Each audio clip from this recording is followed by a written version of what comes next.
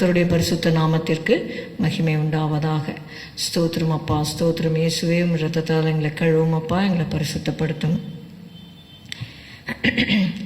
தேவனே உந்தன் திரு சமூகம் என் முன்னே என்றும் செல்லட்டுமே. ஆறுதல் எந்தன் வாழ்வினிலே அன்பரே உந்தன் சமூகமே. அன்பரே உந்தன் சமூகமே. பாதை தெரியாத குருடனை போல் பேதை தடுமாறும் வேளையிலும் வழிகாட்டி போதித்து நடத்திடும் உந்தன் சமூகம் போதுமையா. உந்தன் சமூகம் போதுமையா. தேவனே உந்தன் திரு சமூகம் என் முன்னே என்றும் செல்லட்டுமே. ஆறுதல் எந்தன் வாழ்வினிலே அன்பரே உந்தன் சமூகமே. கண்ணீரின் பள்ளம் கடக்கையிலே கண்ணீரால் படுக்கை நனையும் போது கண்ணீரை நீரூற்றாய் மாற்றி என்றும் களி கூற பண்ணும் உன் சமூகமே. களி கூற பண்ணும் உன் சமூகமே. தேவனே உந்தன் திரு சமூகம் என் முன்னே என்றும் செல்லட்டுமே. ஆறுதல் எந்தன் வாழ்வினிலே அன்பரே உந்தன் சமூகமே. அன்பரே உந்தன் சமூகமே.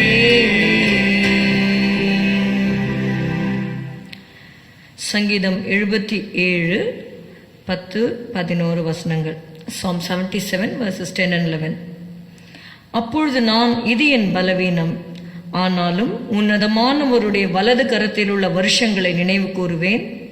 கர்த்தருடைய செயல்களை நினைவு கூறுவேன். உம்முடைய பூர்வ காலத்து அதிசயங்களையே நினைவு கூறுவேன். Let's read Psalm 77 10 and 11. And I said, this is my infirmity, but I will remember the years of the right hand of the Most High. I will remember the works of the Lord. Surely I will remember thy wonders of old. Amen. 3 things psalmist says that he will remember. Verse 10 says, I will remember the years of the at the Most High, at the right hand of God. Second, I will remember thy works.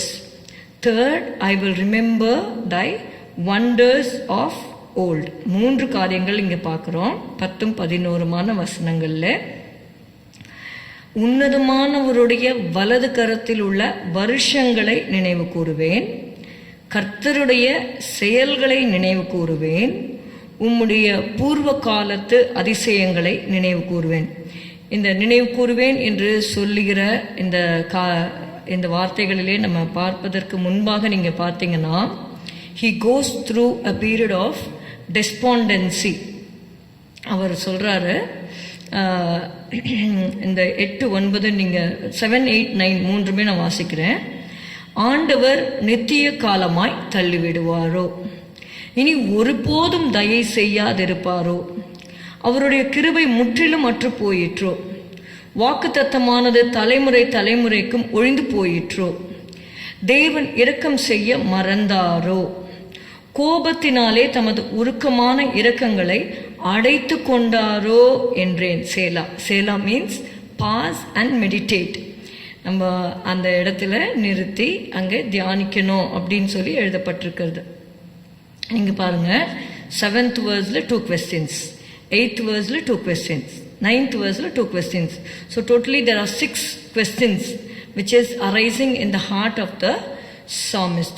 எதுதூன் என்னும் ராகத்தலைவனுக்கு ஒப்புவிக்கப்பட்ட ஆசாபின் சங்கீதம். அடிக்கடி இந்த Asaph அவர் discourage ஆகிடுவார் போல இருக்கு.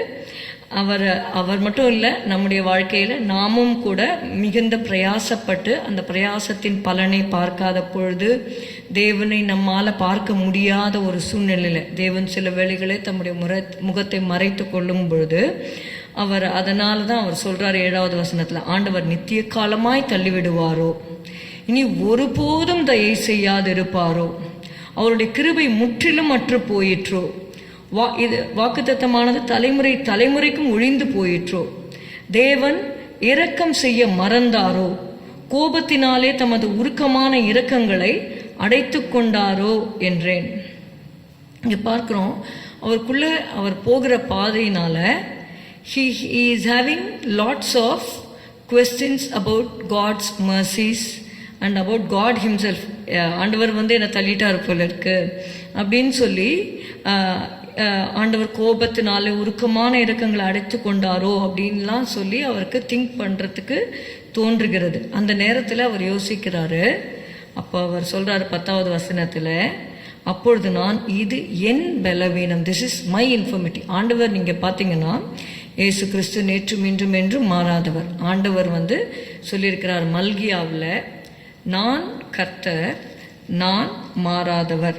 மல்கியா 3வது அதிகாரம் 6வது வசனம், நான் கர்த்தர், நான் மாறாதவர், ஆகையால் யாக்கோபின் புத்திரராகிய நீங்கள் நிர்மூலமாகவில்லை. நம்ம இன்னி வரைக்கும் நம்ம we are alive, we are not perished, we are not consumed. It is because God says, I am the Lord, I change not. Because of his unchanging mercies and unchanging grace only we are able to stand. அதனால நமக்கு வருகிற சில சூழ்நிலைகளில் நம்ம அந்த கஷ்டமான சூழ்நிலைகள் வரும்பொழுது நம்ம ஆண்டவருடைய இரக்கங்களையும் கிருபையும் சந்தேகப்படாமல், சங்கீதக்காரன் சொல்கிறார், இது என் பலவீனம். So what you should do in those times.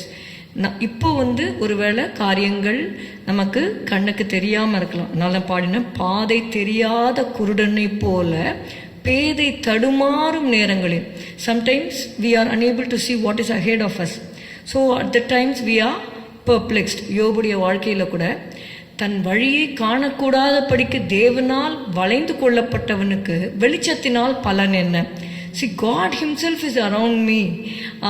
Then what can I do? How can I go forward? இதை யோபு சொல்றார். Then இங்கே சங்கீதக்காரர் சொல்லுகிறாரு, 3 things I am going to remember. What is that? I will remember the years at the right hand of the Most High.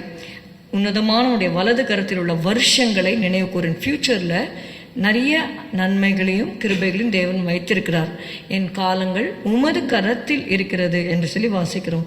2வது, கர்த்தருடைய செயல்களை நினைவு கூறும். I will remember his works. எவ்வளோ கிரியைகளை நமக்காக முன் நாட்களிலே அவர் செய்திருக்கிறார், அதை நினைவு கூற வேண்டும். உம்முடைய பூர்வ காலத்து அதிசயங்களை ஏன் நினைவு கூறுவேன்? God has done lot of wonders in the past for us. So when we think of all those things, you will have a grateful heart. 12வது வசனம், உம்முடைய கிரியைகளை எல்லாம் தியானித்து உமது செயல்களை யோசிப்பேன். அப்படி நாம் யோசிக்கும் பொழுது நிச்சயமாகவே that will lead us to praise the Lord more and more. கர்த்தருடைய அங்கே நீங்கள் பார்க்கணும் 14வது வசனம், அதிசயங்களை செய்கிற தேவன் நீரே, ஜனங்களுக்குள்ளே உம்முடைய வல்லமையை விளங்க பண்ணினீர். அதாவது in the past what all the miracles God has done for us, we have to remember and we have to praise the Lord. அப்படி செய்யும் பொழுது you will surely come out of despondency. நிச்சயமாகவே நம்மை வெளிச்சத்திலே அவர் கொண்டு வருவார். ஜெபம் பண்ணுவோம். ஸ்தோத்திரம் அப்பா, உம்மை துதிக்கிறோம் ஆண்டவரே.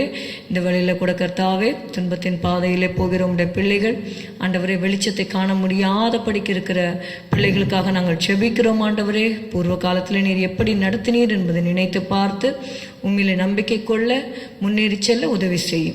இயேசுவின் நாமத்தில் பிதாவே, ஆமேன். எல்லாரும் சேர்ந்து சொல்லுவோம். என் ஆத்துமாவே கர்த்தரை ஸ்தோத்திரி, என் முழு உளமே உடைய பரிசுத்த நாமத்தை ஸ்தோத்திரி. என் ஆத்துமாவே கர்த்தரை ஸ்தோத்திரி, கர்த்தர் செய்த சகல உபகாரங்களையும் மறவாதே. Good morning. Have a good day. God bless you.